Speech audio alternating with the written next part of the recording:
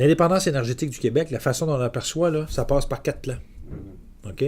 Stratégie énergétique de Martine, plan d'action sur les changements climatiques des François, plan québécois de mobilité durable de Sylvain et plan d'électrification des transports. Ça, c'est les 4 piliers de l'indépendance énergétique du Québec. Ça veut dire qu'il faut qu'on électrifie les transports, il faut qu'on consomme moins, il faut qu'on soit plus efficace, qu'il y ait plus de transports collectifs et qu'après ça, qu'on ait une stratégie énergétique arrimée autour de tous ces enjeux-là.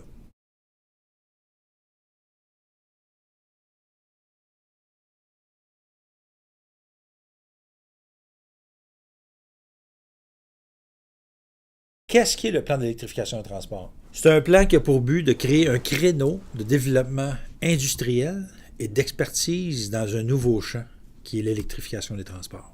D'ailleurs, c'est le mot emploi qui est le maître mot. Là, Exactement. C'est des emplois de l'avenir. Les sociétés les plus avancées du monde, il s'agisse de la Norvège, de la Suède, de l'Allemagne, de la France, etc., le Japon, la Californie, dans le dossier des nouveaux types de transports, ont tous des incitatifs à l'achat de véhicules électriques ou hybrides ou hybrides rechargeables. Tous. Il n'y a aucun pays dans le monde industrialisé, là, qui ne donne pas d'appui. En fait, il y en a un. Tu sais lequel? Le Canada. Par contre, lui, subventionne les pétrolières à coups de milliards. Une société d'État, parfois, ça peut échapper aux intérêts du bien commun. Vous avez été aux barricades là, dans le passé pour dénoncer des abus dans le cadre d'Hydro-Québec, etc.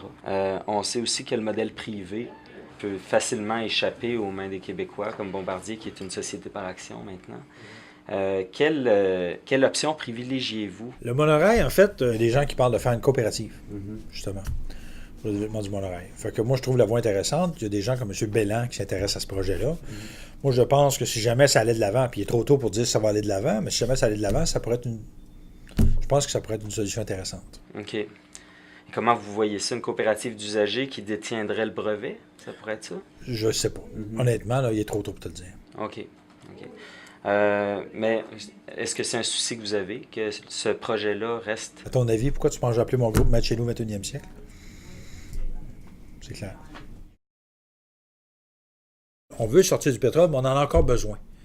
Donc, de façon transitoire, est-ce qu'on va prendre le pétrole d'ailleurs ou est-ce qu'on va prendre le pétrole d'ici? C'est ça le débat. Parce qu'on va continuer à prendre du pétrole. Ah, c'est ça. Il y a des gens qui vont interpréter ce débat-là en disant est-ce qu'on va laisser les impacts négatifs ailleurs de l'exploitation ou bien si on va les importer ici? Exactement. Mais l'affaire, c'est que même quand tu l'exploites ailleurs, dans le transport, tu peux avoir des impacts négatifs ici. Que ce soit les trains, comme on l'a vu avec Lac Mégantic, que ce soit les pipelines, que ce soit les bateaux. No matter what, le pétrole, c'est de la merde. Puis on est prêt avec ça. Pourquoi? Parce que l'économie mondiale est basée sur le pétrole. C'est ça la réalité. Est-ce qu'il y a une option de tout simplement en importer de moins en moins au fur et à mesure qu'on réussit à en consommer de moins en moins? Oui. Et que ça permette au Québec de prospérer? Peut-être pas autant que si on en exploitait, peut-être pas de devenir riche, mais au moins, on sera pas pire qu'avant. Bien, vois-tu, ça, pour moi, ça fait partie du débat. Mais présentement, le déficit commercial du Québec est dû à l'importation d'hydrocarbures. 14 milliards, c'est là.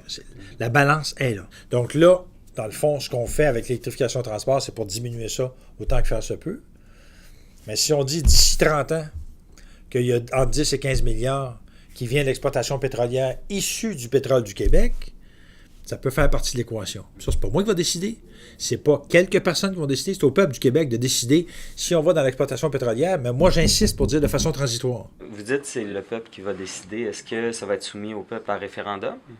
Bien, ça fait partie, justement. Il y a eu une consultation publique, justement, sur la stratégie énergétique qui a été présentée par Martine Ouellette. Là, le plan va être présenté. Ben moi, je suis prêt à ce que, à la prochaine élection, là, ça fasse partie du débat. Ça serait un enjeu principal. Pour moi, je veux que ce soit un enjeu important. Et l'électrification des transports. Ça, là, si on parle des élections, là, puis qu'on a fait tout ce travail-là, là-dedans, il y a des années de réflexion, qu'on fait tout ce travail-là pour rien, pour recommencer après, là, on ne sera pas plus avancé. Mais une élection, on a juste un choix. Une élection référendaire, c'est pas un choix entre deux choix. Est-ce que si vous le soumettez au peuple par référendum, par exemple, il pourrait y avoir un choix où on exploite le pétrole, puis un choix où on règle la balance commerciale d'une autre façon. Moi, j'espère que les gens vont vouloir qu'on fasse une consultation publique pour dire est-ce qu'on y va ou on y va pas.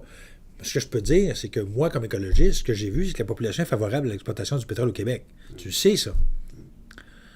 Fait que la réalité, là, ça ne sera pas facile d'une manière ou d'une autre. Moi, ce à quoi je m'attends de Sylvain, c'est de faire en sorte qu'il favorise évidemment le transport collectif, qu'il favorise le financement du transport collectif, qu'il favorise plus de voies réservées. Il a déjà annoncé un doublement du nombre de kilomètres de voies réservées à Montréal. Je ne sais pas si tu as vu ce que le maire de Québec a dit par rapport aux voies réservées la semaine dernière ou la semaine d'avant. Il disait que lui, c'était une mauvaise idée et qu'on devait éliminer ça. Je veux dire, tu sais, c'est pas tout le temps évident, là, d'imposer des nouvelles idées et des nouvelles façons de faire. Il y a du monde qui ne sont pas encore arrivés au 21e siècle, malheureusement. Vos attentes par rapport au plan de M. Blanchet? Le plan d'action sur le changement climatique, moi, je pense qu'il y a une partie de la réflexion, du travail et de l'équation qui va avoir été faite via le plan québécois de mobilité durable de Sylvain et via le plan d'électrification des transports. Fait que lui, je pense qu'au niveau industrie, il va avoir un rôle important à jouer, puis au niveau de la sensibilisation des citoyens. Vos attentes par rapport au plan de Martine Ouellette? Par rapport au plan de Martine Ouellette, écoute, je vais te dire honnêtement, moi, je m'attends à ce que Martine présente un plan où, justement, elle va offrir différentes options aux Québécois. Okay.